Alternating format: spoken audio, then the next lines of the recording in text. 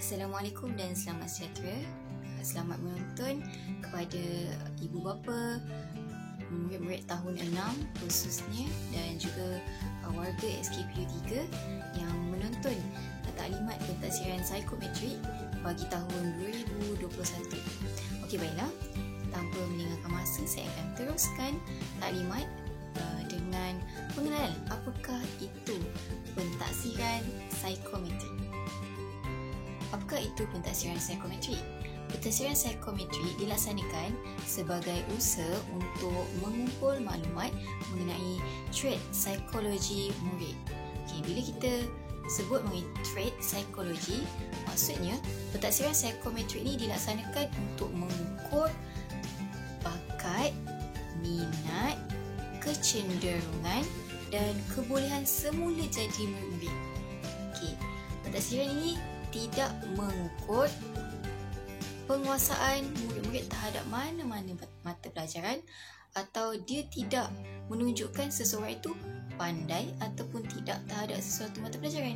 Kalau murid dapat markah yang tinggi, tidak bermaksud murid pandai terhadap subjek tersebut. Dan kalau murid dapat markah yang rendah, tidak bermaksud murid tak pandai langsung terhadap mata pelajaran tersebut. Sebab macam cikgu cakap tadi, pentadbiran psikometrik ini mengukur minat, bakat, kecenderungan dan juga kebolehan semula jadi murid. Seterusnya kita akan lihat kepada tujuan pelaksanaan pentadbiran psikometrik. Okey, baiklah. Yang pertama, pentadbiran psikometrik ini perlu dilaksanakan untuk mengukur bakat ataupun kebolehan semula jadi murid dan kebolehan yang diperoleh seperti personality, minat kerjaya, kebolehan dan juga kemahiran berfikir. Yang kedua, untuk kita lihat, untuk kita memahami kekuatan dan potensi yang ada dalam diri murid yang kita boleh bangunkan, yang kita boleh cungkil dan kita boleh terokai bakat murid itu untuk menjadi kekuatan yang mampu membantu murid untuk cemerlang dalam pelajaran. Yang ketiga, untuk menjadi panduan murid dalam membuat pilihan kerjaya. Sebab dalam pentadbiran psikometrik ini kita akan lihat apakah kekuatan murid.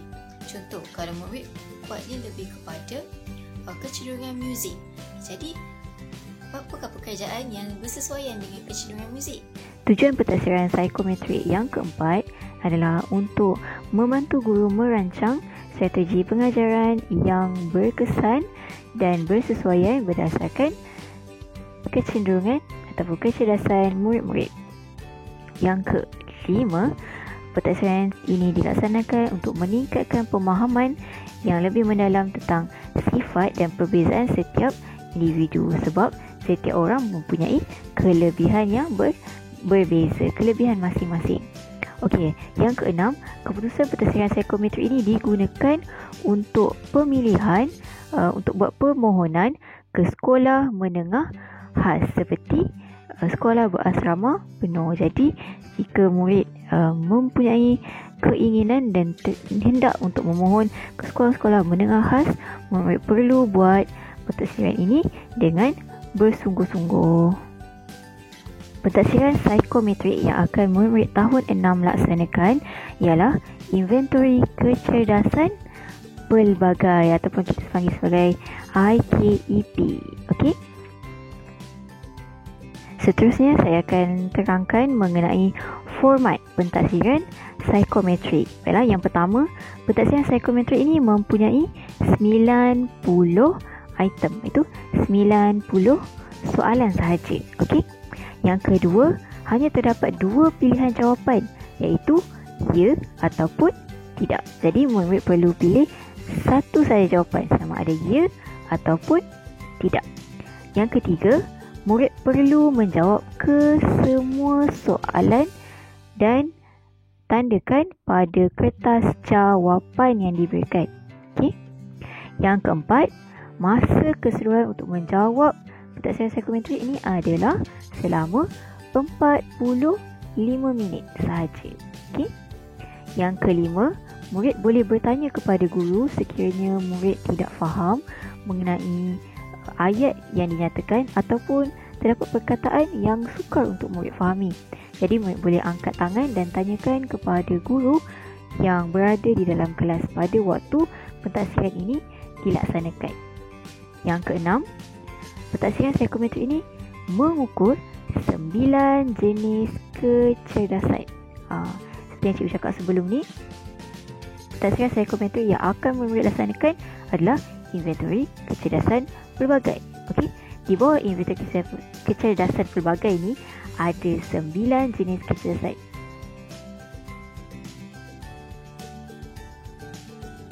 Kecerdasan yang pertama adalah kecerdasan verbal linguistik.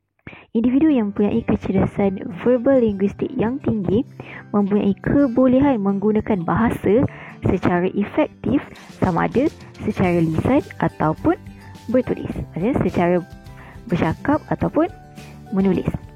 Yang kedua, orang yang mempunyai kecerdasan verbal linguistik yang tinggi ni berkebolehan berkomunikasi dengan lancar dan suka berdebat. Dia suka bercakap, suka berada di hadapan. Okey, suka membentangkan dan suka menjawab soalan-soalan guru.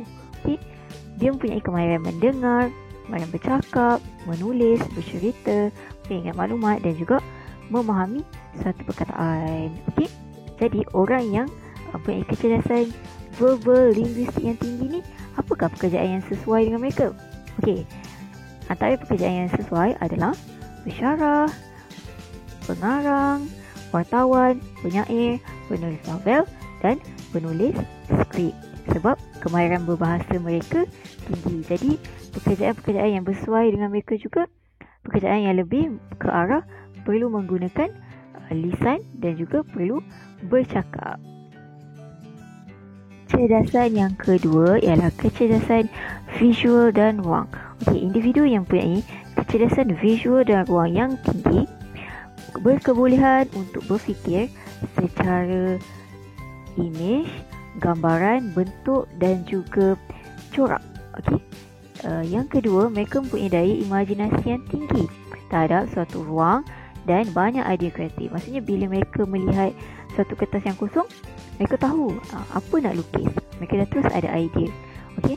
Yang ketiga, individu ini juga suka melihat kepada sesuatu yang mereka boleh lihat dengan mata, seperti melihat peta, melihat gambar, video dan juga filem. Yang terakhir, individu ini mempunyai mampu untuk membentuk model secara visual dan mengaplikasikan model itu kepada dunia yang fizikal. Okay? Pekerjaan yang bersesuaian dengan individu yang mempunyai kecenderungan atau kecerdasan visual dan ruang yang tinggi adalah seperti arkitek, jurugambar, pereka fashion atau pereka pakaian, perancang bandar, juruterbang, ahli pelayaran dan juga pelukis. Kecerdasan yang ketiga adalah kecerdasan logik matematik. Ialah murid-murid yang mempunyai kecerdasan logik matematik yang tinggi berkebolehan dia dominan terhadap otak kiri. Okey. Boleh menyelesaikan masalah yang kompleks yang berkaitan dengan matematik dengan mudah. Maksudnya murid minat terhadap mata pelajaran matematik. Okey.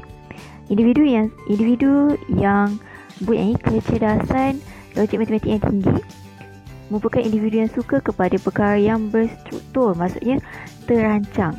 Dia suka merancang. Dia tahu dah hari ni saya nak buat apa.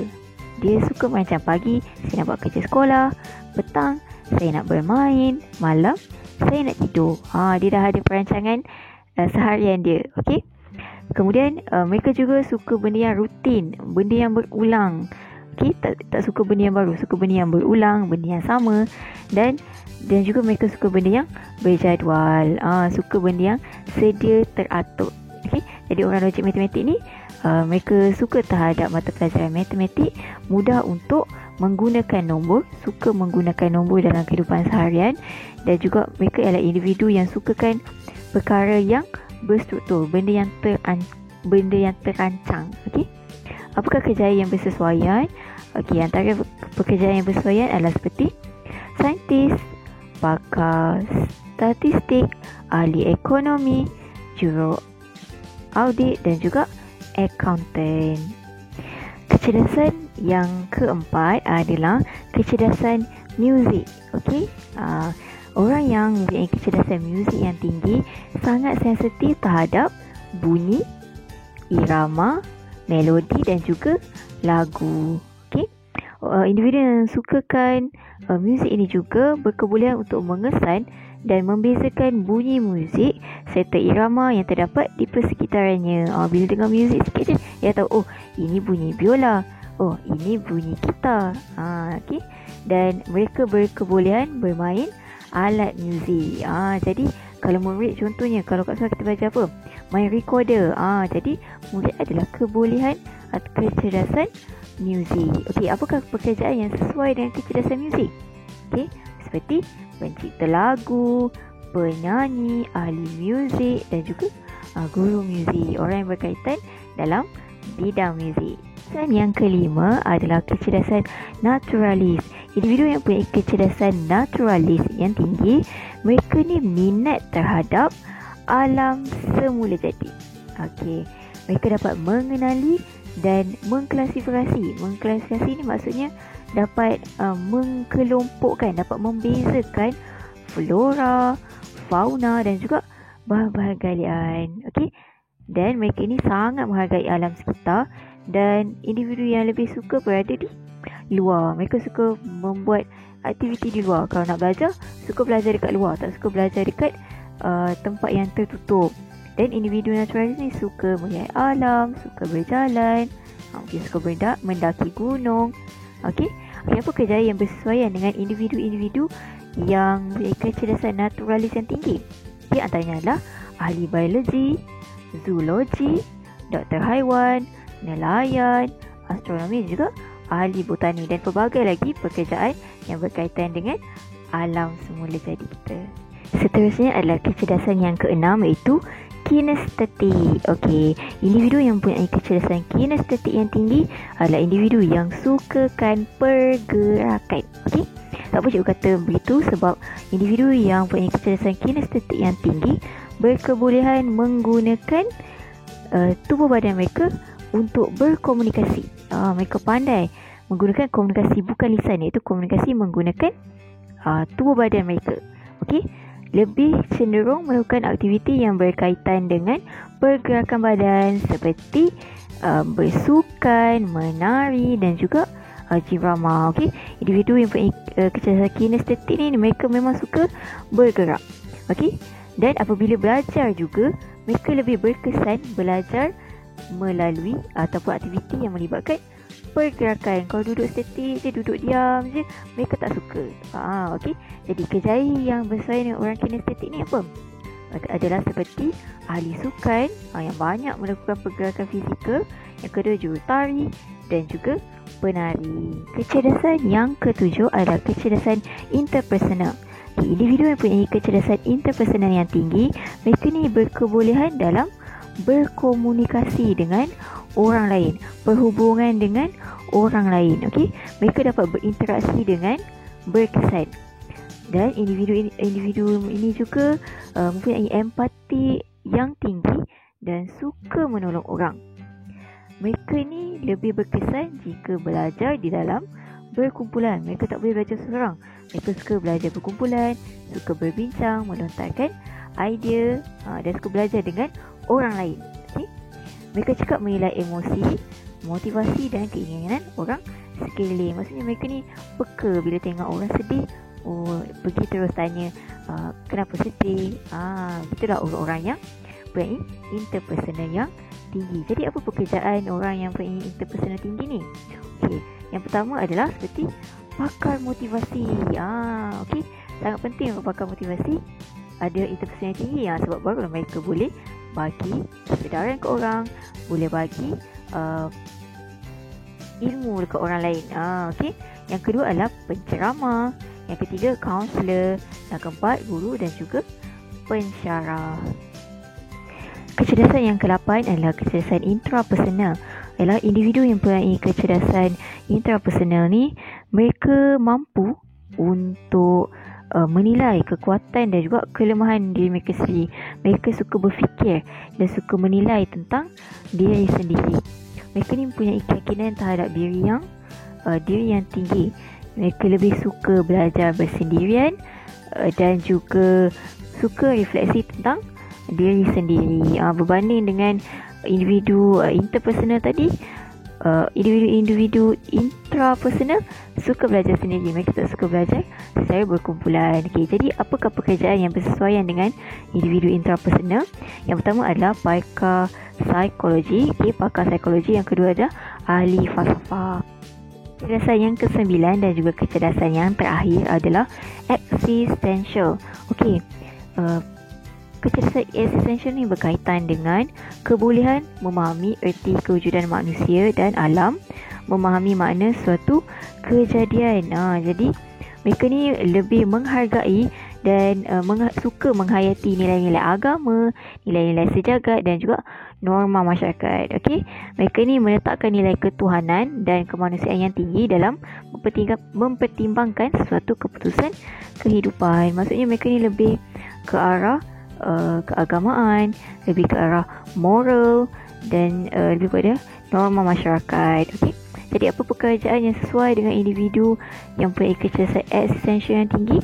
Okay, yang pertama adalah jika mereka Muslim, mereka boleh jadi imam. Yang kedua, menjadi pemimpin dan juga ahli agama. Terusnya, cikgu akan terangkan berkenaan dengan interpretasi skor. Okey, baiklah. Setiap kecerdasan yang cikgu terangkan tadi tu, yang 9 kecerdasan tu, setiap 9 kecerdasan tu diukur dan markah penuh mereka adalah 100%. Maksudnya setiap kecerdasan tu 100%. Muzik 100%. Intrapersonal 100%. Okey. Jadi jika murid dapat skor antara 75 hingga 100%, maksudnya murid mempunyai kecerdasan terhadap contoh kalau muzik dapat tinggi, dapat 100, dapat 75 atau 70, dapat 80 untuk kecerdasan muzik. Maksudnya murid mempunyai kecerdasan muzik yang tinggi. Okey. Kalau murid dapat skor antara 50 hingga 74%, maksudnya kecerdasan terhadap muzik tu sederhana. Dan jika mereka dapat antara 0% hingga 49%, maksudnya kecerdasan terhadap contoh kecerdasan muzik tu rendah. Okey, macam tu. Jadi kita akan lihat kecerdasan mana yang mempunyai skor yang tinggi. Okay, murid jangan risau kalau dapat skor yang rendah, sebab tidak mengapa, sebab kita lebih fokuskan kepada apa kecerdasan yang tinggi. Kita nak tengok kecerdasan yang tinggi sebab manusia ni, cikgu cakap tadi, berbeza-beza, mempunyai kebolehan yang berbeza-beza. Ada orang kecenderungan dia muzik, kinestetik. Ada orang dia punya kecerdasan lebih kepada naturalis, lebih kepada muzik, lebih kepada verbal linguistik. Jadi setiap individu berbeza. Pentaksiran psikometrik tahun 6 2021 akan dilaksanakan pada 3 hari bulan 5 2021 pada hari Isnin. Okey, kita akan mula pada jam 8.30 dan tamat pada pukul 9.15 pagi. Jadi adalah sangat untuk cikgu harapkan untuk murid hadir dan dapat melaksanakan pentaksiran psikometrik ini pada tarikh yang telah dirancang. Sebelum cikgu mengakhiri taklimat pentaksiran psikometrik ini, cikgu ingin jelaskan sekali lagi, pentaksiran psikometrik ini penting untuk pelaporan murid. Okey, dan pentaksiran psikometrik ini digunakan untuk pemilihan ke sekolah menengah dan dibawa sehingga ke sekolah menengah. Sebab sekolah menengah nanti pun murid-murid akan ada pentaksiran psikometrik yang lain. Jadi buatlah pentaksiran psikometrik ini dengan bersungguh-sungguh, dengan betul. Okey, dan pentaksiran psikometrik ini tidak mengukur penguasaan ataupun kepandaian seseorang terhadap suatu mata pelajaran. Sebab dia ukur apa? Dia ukur minat, bakat, kebolehan, semua jadi dalam diri murid. Okey, kebolehan, apa yang murid boleh buat, minat, apa yang murid minat. Dan perkara ini tidak sama antara individu A dan juga individu B. Tidak sama, setiap orang berbeza-beza. Jadi jawablah mengikut kebolehan dan juga minat murid-murid. Okey, kalau tidak faham apa-apa perkataan ataupun ayat, murid boleh angkat tangan dan tanya kepada guru yang berada dalam kelas tersebut. Okey, sekiranya terdapat apa-apa soalan, boleh bertanya dengan cikgu kaunseling awak. Saya, Cikgu Amnani, awak boleh datang jumpa cikgu di bilik kaunseling kalau ada apa-apa persoalan atau inginkan maklumat yang lebih lanjut mengenai keputusan jawapan awak nanti. Okey. Baiklah, itu saja daripada cikgu. Terima kasih kerana menonton dan sila isi borang kehadiran yang akan disertakan sekali di grup kelas awak. Okey. Jadi terima kasih dan selamat menjawab pentaksiran psikometrik 2021 inventory kecerdasan pelbagai